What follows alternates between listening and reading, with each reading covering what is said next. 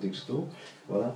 Il est surtout maintenant très très mordant et revendicatif, car il trouvait que la poésie classique avait quelques limites. Alors, il a changé du tout.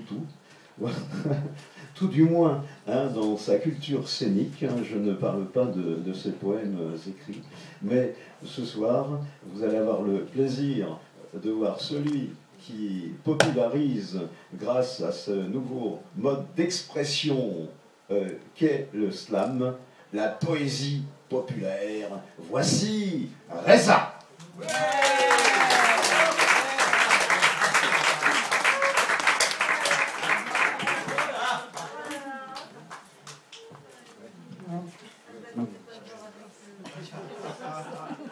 Je précise que j'utilise en fond sonore du rap iranien.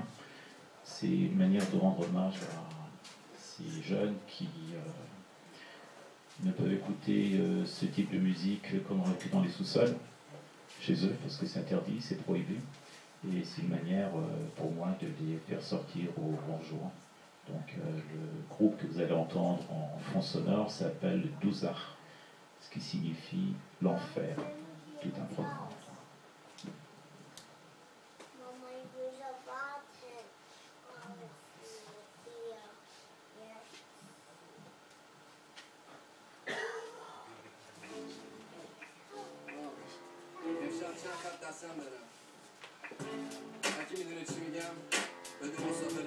C'était il n'y a pas longtemps.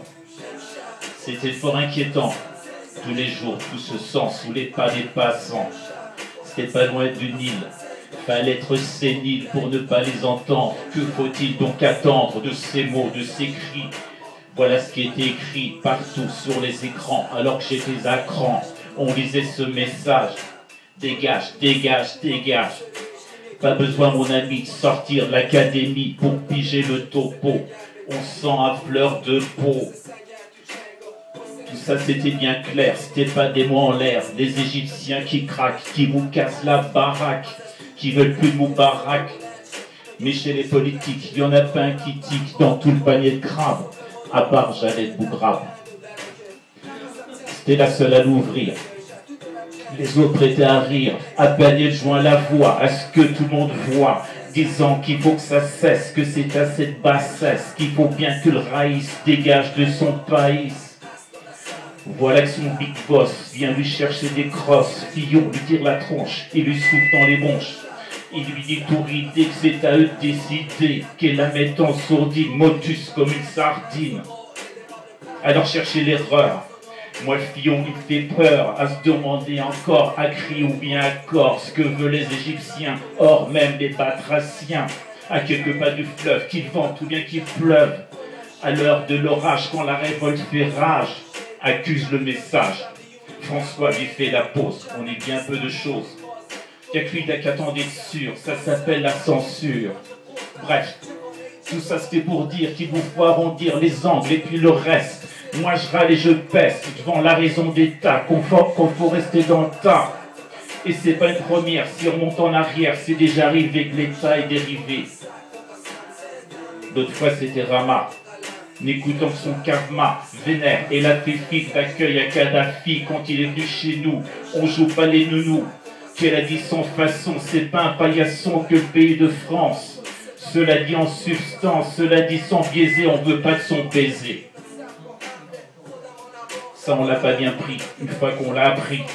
Aussitôt avisé, là-bas à l'Élysée, on fait pas de la dentelle, on lui remonte les bretelles. Fallait être plus adroit qu'ils disent, faut marcher droit. Fils ça sans renacler, l'affaire est vite bâclée. Les Ramas, les Jeannettes, c'est les mêmes fortes têtes qui tiennent tête au moulin contre les margoulins. Elles tiennent, elles restent droites, elles résistent, elles se battent. Pour dire la vérité, elles sont bien méritées, elles seules, la déférence et les styles de la France. Reza fait le bilan, plutôt horripilant de toutes les démissions qu'on court dans la nation. Pas un mec qui se mouille, il n'y a que les meufs qu'on découvre. Yo!